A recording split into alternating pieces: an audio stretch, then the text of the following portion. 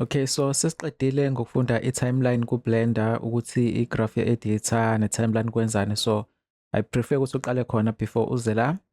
And then lana uzongena kule website le. I-link yakhona ngizoyifaka ku-description ukuthi uklikhe uze la.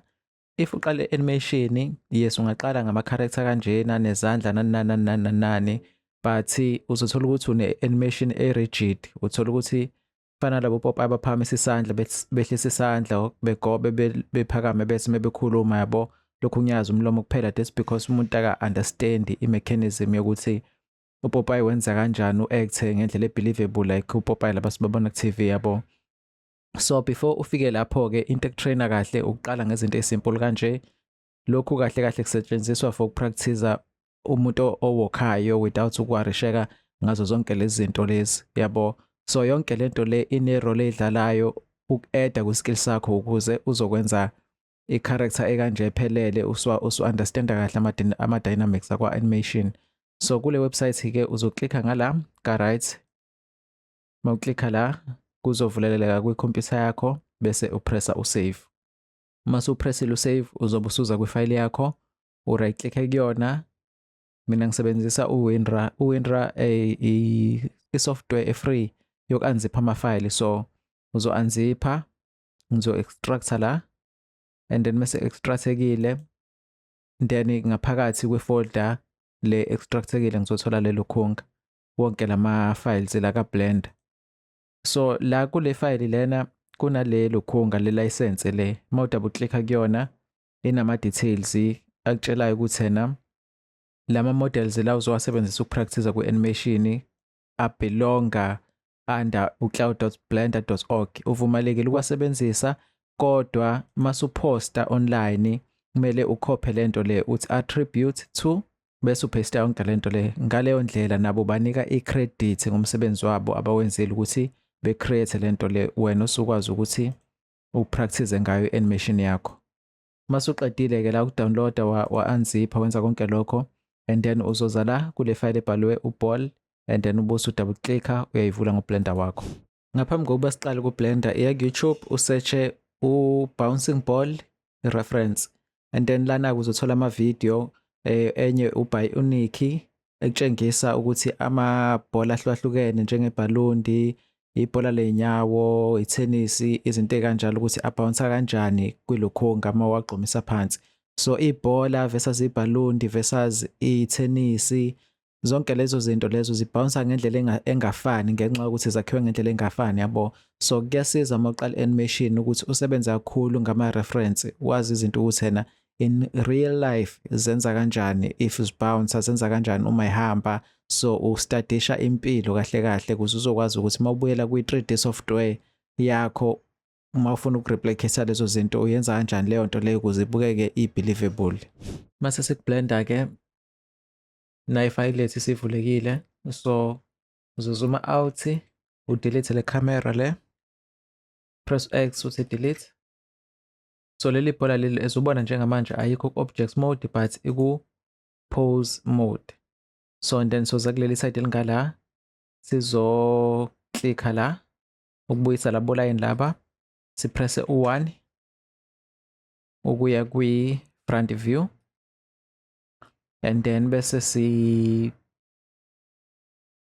klikha laba bo2 awusimbuyise lo klikhe lelo khunga la ngenzela ukuhide lama lokhunga lama controls la cause sinawo ngala. So uzoklikha la bese ubones uyamdeselect. So ngala sibona ibhola lethu kuphela ngala nasibona ibhola plus ama controls. So le control le la ma pressa uthi na ama controls ethu la isivama ukwasebenzisa kahle kahle anemiwe ukuthi awokwenzani. Uyakwazi ukuletha i-mouse la egcineni kwakhona wanciphise noma walokhungu wavule ebe detailed kanje. So ngizoyehlisa kancane nala ngehlisa kancane ngizume out ngala just nje ukuthi kube lapha phansi ibhola lami ngibe nalesi space esingenhla kwalo yabo. So into engifuna ukuyenza lana ukwenza i-animation yebhola elizoqala phezulu libounce libuyele phezulu, libounce libuyele phezulu yabo. So qala ngento esimple kanjalo. So leli bhola leli la ma uselecta le control le enemcikisholo ubamba yona eyokusa ibhola left and right and then bese kuthi le control le e-green nansi le ngaphandle yona eyoku-rotate-isa, yabo liya-rotate, and then bese kuthi le control le ebomvu ekakelezile kanje yona eyoku-scale up and down. So if ngizoselecta lokhu ithule ku-scale, ngiscale kube flat kanje, bese ngiselecta ithule yoku-rotate, bese ngiselecta lo green owoku-rotate yena, still yabo liyakwazi ukuthi li-rotate khona silinciphisile kanje. Ilama control-ke siwasebenzisa, but okwamanje sosebenzisa kakhulu le yokulokhunga yoku-scale up and down. So ngizothi control Z, Z, Z until libuyele esimeni salo.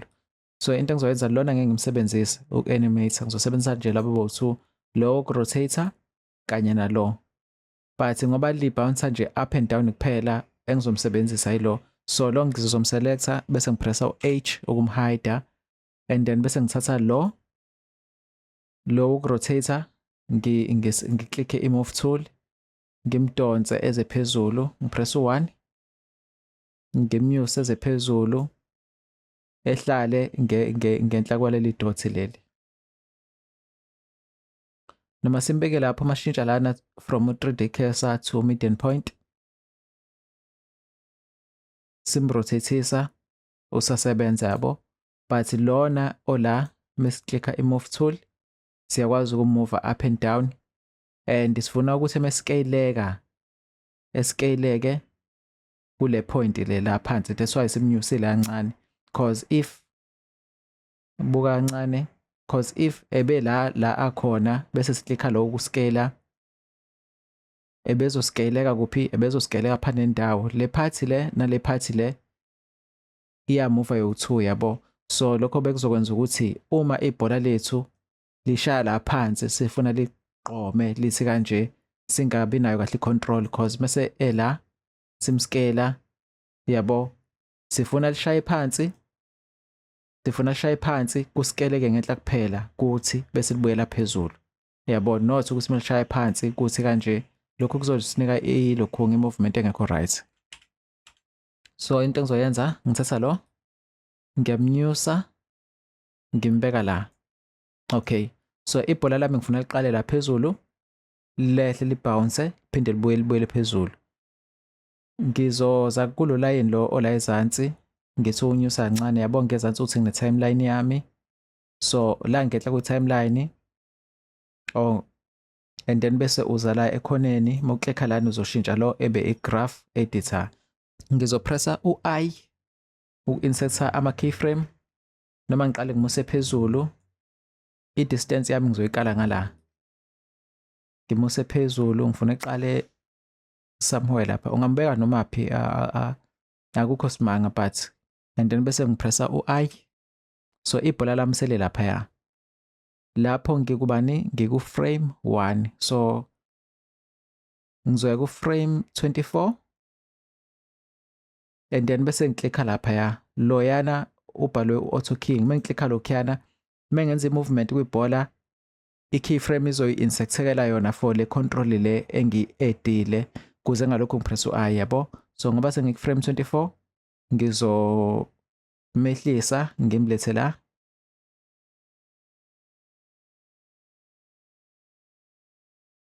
just ukuthi ingaphansi lebhola lihlale kuloya line loya yabo. And then bese ngiya ku-frame, noma ngimpress u-I la, and then bese ngiya ku-frame 48, ngikhophe lo ongala, ngizothi control, ngizomselecta ngithi control C, bese ngithi control, ngipress control futhi bese ngithi V, and then uzobuyela laphana. So ibhola lethu lizoqa phezulu lehlele phansi bese libuyela phezulu. I-animation yethu njengamanje la ku-timeline igcina ku-250. So uyakwazi ku-timeline, uyakwazi ukuthi lokho ongala ngaphansi ukubuyisela ngaphezulu ngendlela esijwayele ngayo. So uzalana nje ezansi, uthi right click, uthi flip to top. Nazo-ke sekukanje. Nala futhi kwi-graph editor yethu sothi right click, sithi flip to top. Yeah, ngendlela esijwayele ngayo. And then lana sinama controls amaningi la amancane, silungise lokho futhi sithi siku view, siselecte only selected keyframe, siklikhe lapho, then lama handle la amancane asezoba kwi-keyframe esiselectile kuphela. Okay, and then bese kuthi timeline yethu njengamanje igcina ku-250, mina ngifuna igcine ku-48. Then bese ngipress control ngizuma in kancane. So 24 no-48 angukhethanga ngoba ngazuthi ibhola lami kumele lithathe 24 frames ukufika ezansi liphinde lithathe another 24 frames ukubuyela phezulu. Ngizenzile nje lezi number randomly. So mengidlala lento uyabona njengamanje ukuthi ispeed sebhola lami lislow and sihamba ngendlela ecishile ingane. Ngifuna ibhola lami malidropha lidrophe fast, lizoqala slow ngase siba slow bese liba fast libounce, then bese libuyela fast phezulu bese liba slow futhi. So ngikucontrola kanjani lokho na? Ngikucontrola ngelokhunga yami ngegraph editor yami, but okwamanje mengithi play I think it is slow kakhulu, so ngizoletha i-keyframe la ku-15, ngiyayiselecta nje ngilethe ku-15, eyesibili ngizoyiletha la ku-30, ngilethe ku-30 and then bese ngigcina i-animation yami, ngiklikhe la ngifake u-30. So mengithi play yabo, okay, i-movement yami isifast kancane ngendlela engiyithandayo, but ke ngifuna liqale slow libounce lize qa buyele phezulu fast bese liba slow la.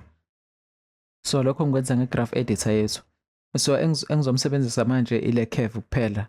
Laba abanye bonke laba bazoba sendleleni yami, angidingi ukubasebenzisa. So into engizoyenza ngizoza la ngizobalokha, ngibalokhe bonke and then ngisale nalo kuphela u-Y location, and then ngizoklikha la ngifuna iqale ngathi uqala uba slow and then ethi bounce ebese buyela phezulu. So ngizoselecta le handle le, ngipresse u-G, ngipresse u-X, just ukuyidonsa kancane, but then lana ke esesezansi khona ngifuna lize ngamandla lifike lishaye lithi yabo. So ngizoselecta le handle le ela eceleni, selecta lokuqala, ngiselecta lelo khunga le control, ngithi G X. So i-curve yami ke sizoba kanje. Ngizoselecta le handle le, ngithi G X, and then mefika phezulu ke usenga slower down kancane, so sengizoselecta lona ngithi G X. So usezoba slower faster and then buyele phezulu faster futhi again.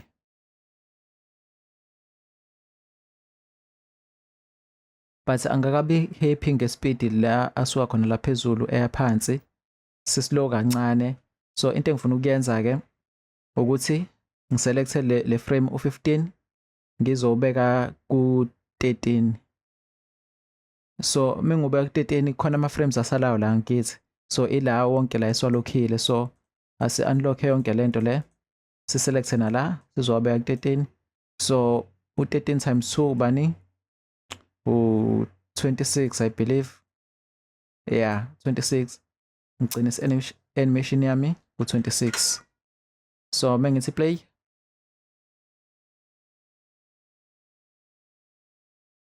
so lana sengathi ngingam-extenda lo just kancane GX, liqale slow and then bese liza ngamandla.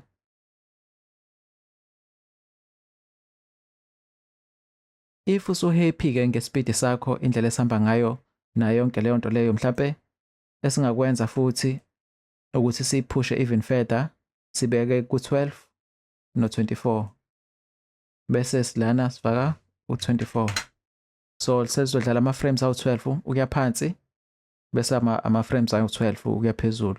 So akudingi vele ukuthi kube ama frames awu12 ukuya phansi awu12 ukuya phezulu. Ungaqala la wenze 12 frames and then bese lana wenza bani, wenza maybe 13 or 14 frames.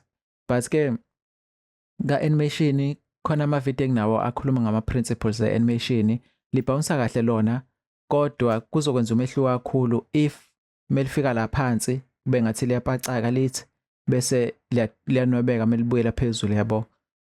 La phezulu ngifuna iscale sami sibe nje, press I ukufaka keyframe.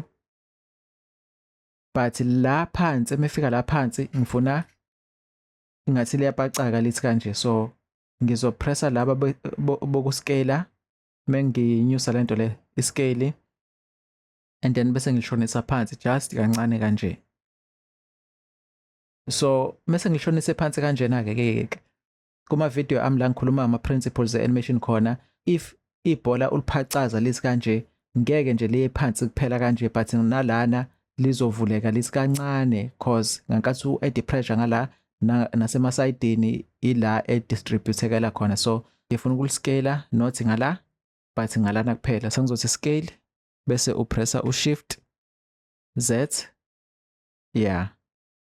So njengamanje if unothisa ibhola lami liqala ukupacaka liselapha phezulu, alenzi selila phansi, ayibona le nto leyo.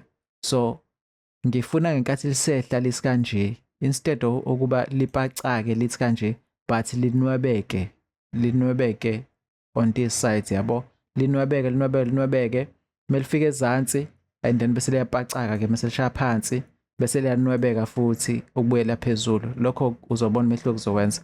So into esoyenza ke sizoza kule frame uframe 11 before lishaye phansi. Frame 11 ngizokhopisha lama frames angala cause lo we location ngimlokhile vele, so i-location ngeke ishintshe, kukhopheka nje kuphela laba ilokhunga scale. So ngizo selecta la ngithi control C bese ngithi control V. Okay, iscale sethu sesibuyele kunormal, yabo. So ngifuna ukuliscale ke la kancane lithi ukuthi kancane, so ngizoliscale liphezulu just kancane. So mengiliscale liyaphezulu, into mawuyidonsa ithi ngalana iyapacaka kancane, yabo, ayivele iscale phezulu kuphela. So sengizothi ke scale bese ngithi shift Z ukuthi lingascale ke phezulu, then bese ngiyaliscale ezansi kancane nje lithi kanje, yeah. So seliskelekile lathi laskeleka kuma side ngala, yabo le nto leyo. Mase ngidlala, okay, nakho kunye liyaskeleka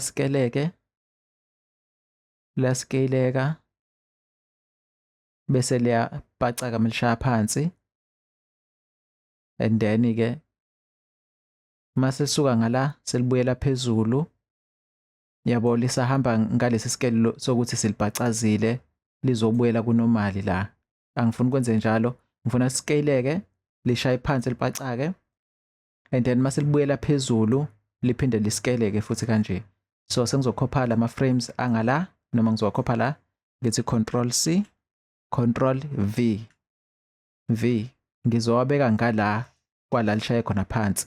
So selizoba lide lishaye phansi ku frame 12 lipacake, and then frame 13 liskeleke futhi. Mhlambe la ku frame 13 lingangaskeleka as kade liskeleka liza phansi.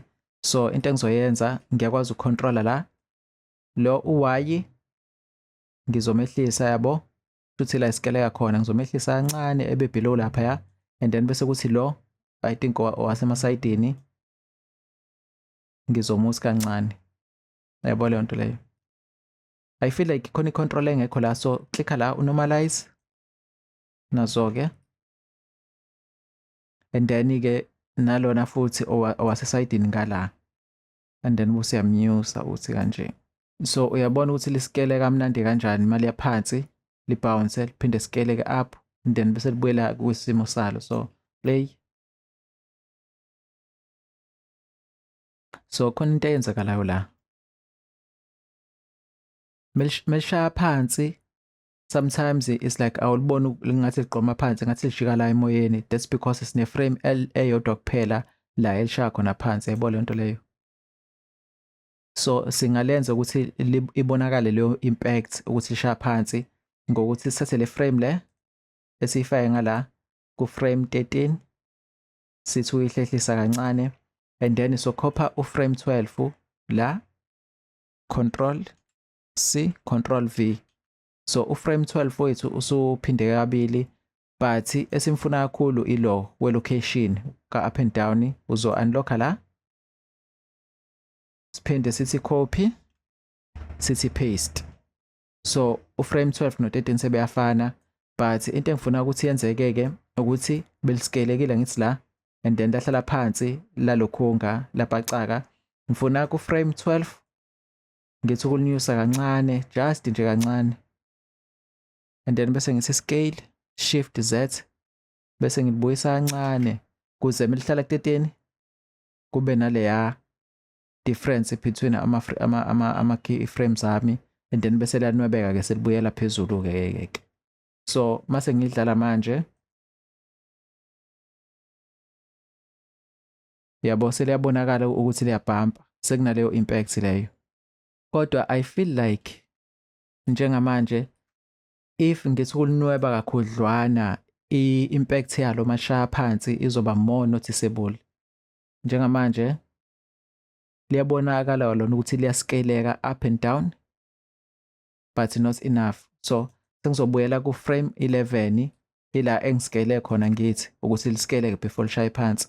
So lo sengizomusa phezulu kancane liskele kanjeyana bese ngiselecta laba abala ezansi ngithi ukubathi ngiselecte lapha nendawo ngithi ukubathi kancane lithi ukuba lincane laphaya, and then bese liskele kakhulu ngala. Yeah, so mase ngidlala lento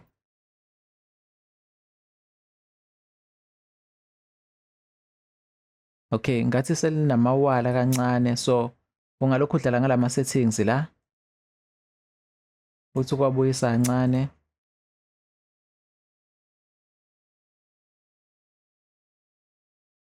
Okay, sekwenza kanjalo seliyabhampa, but into engiyifunayo-ke from lana ukuthi yabo liqala ukunwebeka lisasuka la phezulu linwebeke all the way until lifike la. So ngifuna lithi ukudelay ukunwebeka kancane and then bese liqala ukunwebeka seliya towards the end laphaya ngala iqale nelinganwebeki, yabo linganwebeki.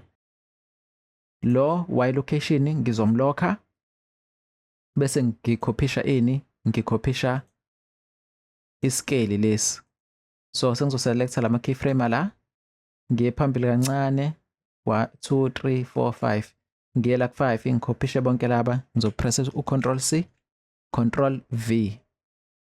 So kulama keyframe liyehla lona but alinwebeki, and then bese liqala ukunwebeka selizoshaya phansi constant scale and then linwebeke bese lishaya phansi. So play.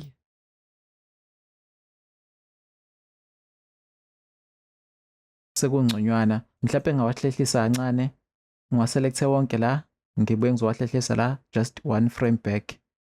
Udlala nje ngalama settings uthi left and right ubuke ukuthi ikuphi la elinwebeka kangcono for wena khona. Okay, ngalana ke suke linwebekile bese libuyela kwi-shape until lize lifike lapha phezulu. So ngifuna libuyele kwi-shape lithi lifika nje la kule point le selikwi-shape uvele selibuyela lapha phezulu. So into engizoyenza ngizokhopha lama keyframe angala ku-frame 24 angithi iscale salo siwu-round nje ophelele onganwebekile. So ngizobuya ama-frame mhlampe 24 23 22 21 bese ngikhopha ama-frames la escale ukuthi lingascaleki ngithi Ctrl C Ctrl V ngizowapaste la ku21 and then bese ngithi play.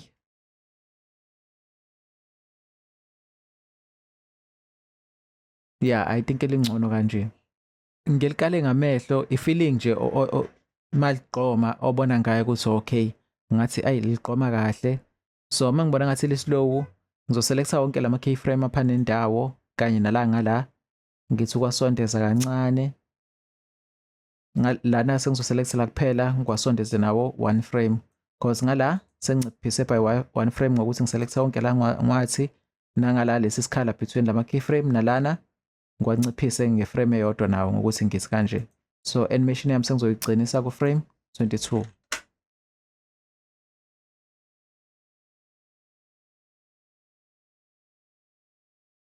But I feel like again melisuka la phezulu liba slow isikhathi eside before leyo bounce. Yabo, so sengizoclicka lo ngiselect le handle le ngithi G X ngithi uyinciphisa kancane and C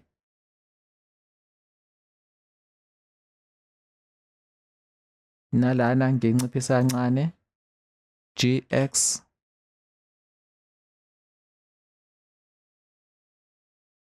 so into enzekayo ke mawenza i-animation kanjena ukuthi uframe 1 noframe 22 bayafana exactly so baphinda kabili kwi-animation yakho so la phezulu kuzoba ngathi uyafreeza yabo same thing as uframe 11 noframe 12 efana but umehluko la ukuthi la liskeleke up kancane bese liskeleka down but in terms of i-position indawo yodwa yabo so asifuni ukuthi kwenzeke the same thing kulama frame la omabili but into esoyenza kuqala sizoselecta wonke ama-frame kanje select la eceleni udonse waselecta wonke upress Ctrl C aseselectekile onke bese uzopressa ku frame 12 cause lama frame angala uframe 1 no frame 12 bayafana so mengiselecta yonke into ngithi copy kuzokhopeka yonke into but mase ngipaste la ku frame 12 uframe 1 lo engumkhophile uzopasteka ku frame 12 bese kuthi bonke laba abanye bese bepasteka beyale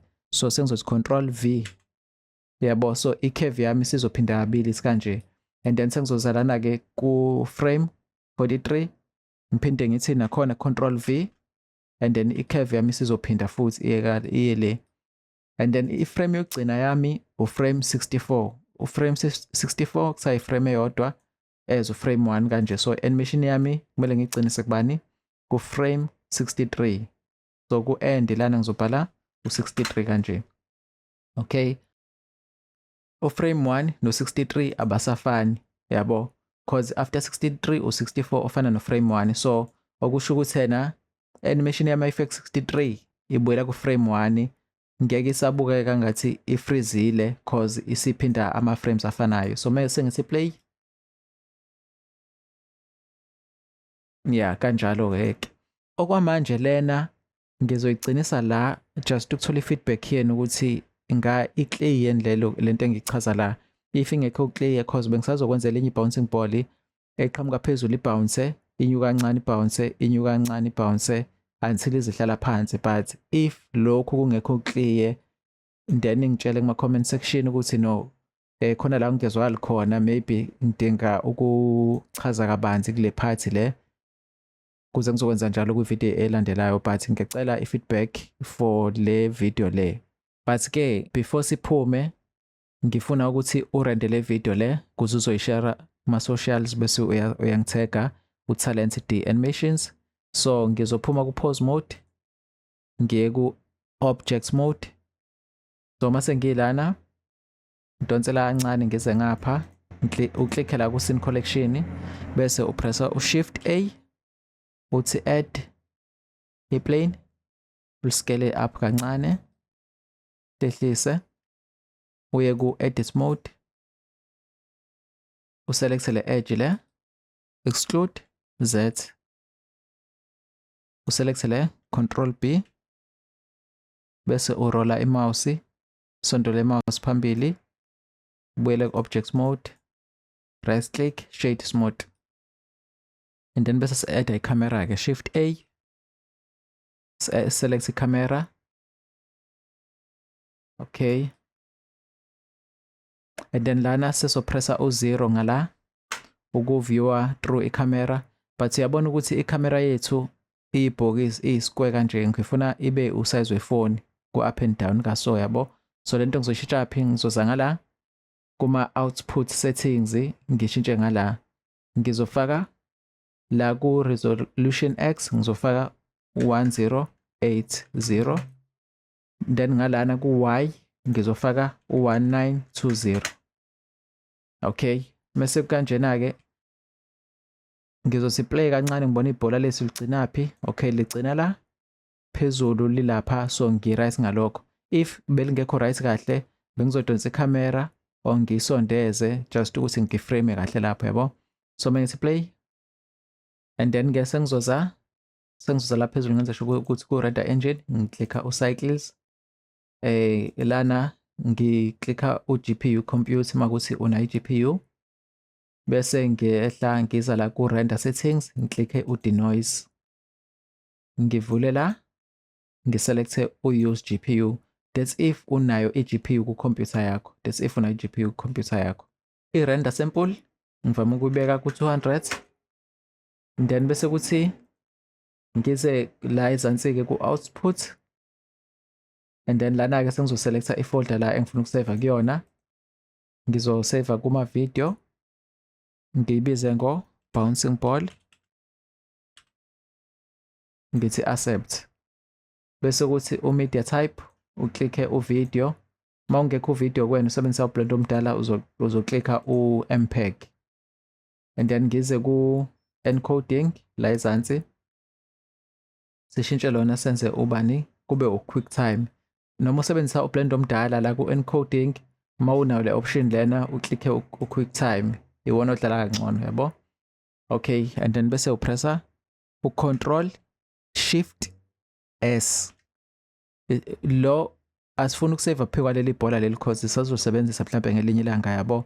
So sifuna ke ukusave le file eceleni singa replace leli bhola leli. So sengizoyibiza ngoball 01 mhlawumbe yabo and then ngilisave kwenye folder ehlukile maybe outside le folder le okhona khona leli bhola ngithi save nazoke. And then bese ngiza la phezulu ngiyascrolla or ngiyane bancane ngishintshe lo ebe u-rendered view. Shift A ngi-add i-lights, area light ngisondeze phezulu, ngirotate kancane, press u3 kuya ku-side and then bese ke ngizonyusa i-strength. Yeah. And then bese ngithi shift D ngilethe ezansi ngala ngirotate ngithi bese ngihlisa lesi strength lesi all the way down ngisinyusa kancane just ukubulala lawa ama-shadows nje. Mhlawumbe sengashintsha ukhala we-plane yami lapha ngemuva.